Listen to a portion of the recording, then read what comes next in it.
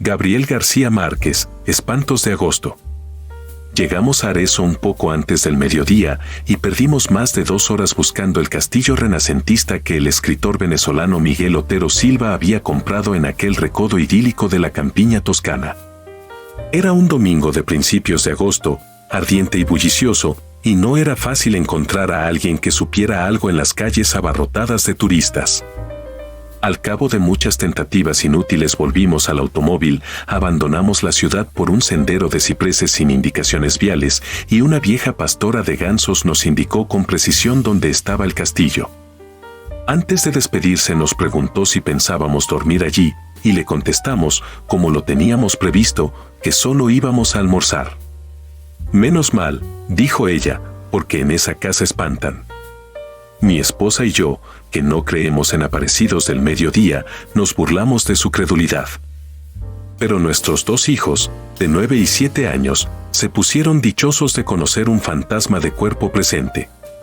Miguel Otero Silva, que además de buen escritor era un anfitrión espléndido y un comedor refinado, nos esperaba con un almuerzo de nunca olvidar. Como se nos había hecho tarde, no tuvimos tiempo de conocer el interior del castillo antes de sentarnos a la mesa, pero su aspecto desde fuera no tenía nada de pavoroso, y cualquier inquietud se disipaba con la visión completa de la ciudad desde la terraza florida donde estábamos almorzando. Era difícil creer que en aquella colina de casas encaramadas, donde apenas cabían 90.000 personas, hubieran nacido tantos hombres de genio perdurable. Sin embargo, Miguel Otero Silva nos dijo con su humor caribe que ninguno de tantos era el más insigne de Arezzo. El más grande, sentenció, fue Ludovico. Así, sin apellidos, Ludovico, el gran señor de las artes y de la guerra, que había construido aquel castillo de su desgracia y de quien Miguel nos habló durante todo el almuerzo. Nos habló de su poder inmenso, de su amor contrariado y de su muerte espantosa. Nos contó cómo fue que en un instante de locura del corazón había apuñalado a su dama en el lecho donde acababan de amarse y luego azuzó contra sí mismo a sus feroces perros de guerra que lo despedazaron a dentelladas. Nos aseguró, muy en serio, que a partir de la medianoche el espectro de Ludovico deambulaba por la casa en tinieblas tratando de conseguir el sosiego en su purgatorio de amor. El castillo, en realidad, era inmenso y sombrío. Pero a pleno día, con el estómago lleno y el corazón contento, el relato de Miguel no podía parecer sino una broma como tantas otras suyas para entretener a sus invitados. Los 82 cuartos que recorrimos sin asombro después de la siesta habían padecido toda clase de mudanza de sus dueños sucesivos. Miguel había restaurado por completo la planta baja y se había hecho construir un dormitorio moderno con suelos de mármol e instalaciones para sauna y cultura física y la terraza de flores intensas donde habíamos almorzado. La segunda planta, que había sido la más usada en el curso de los siglos, era una sucesión de cuartos sin ningún carácter, con muebles de diferentes épocas abandonados a su suerte. Pero en la última se conservaba una habitación intacta por donde el tiempo se había olvidado de pasar. Era el dormitorio de Ludovico.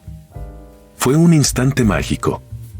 Allí estaba la cama de cortinas bordadas con hilos de oro, y el sobrecama de prodigios de pasamanería todavía acartonado por la sangre seca de la amante sacrificada.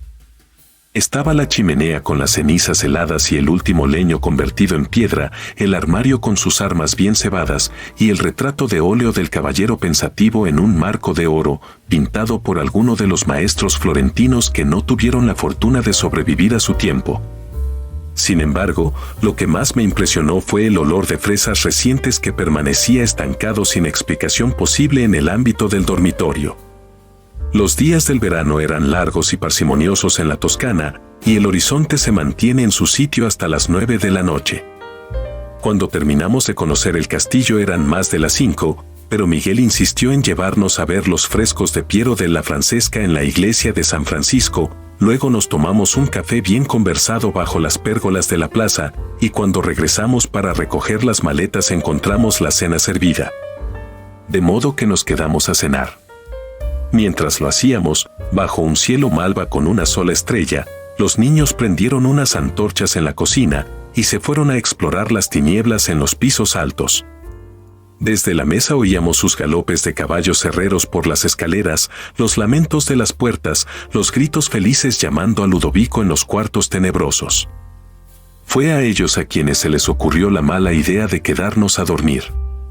Miguel Otero Silva los apoyó encantado, y nosotros no tuvimos el valor civil de decirles que no. Al contrario de lo que yo temía, dormimos muy bien, mi esposa y yo en un dormitorio de la planta baja y mis hijos en el cuarto contiguo. Ambos habían sido modernizados y no tenían nada de tenebrosos.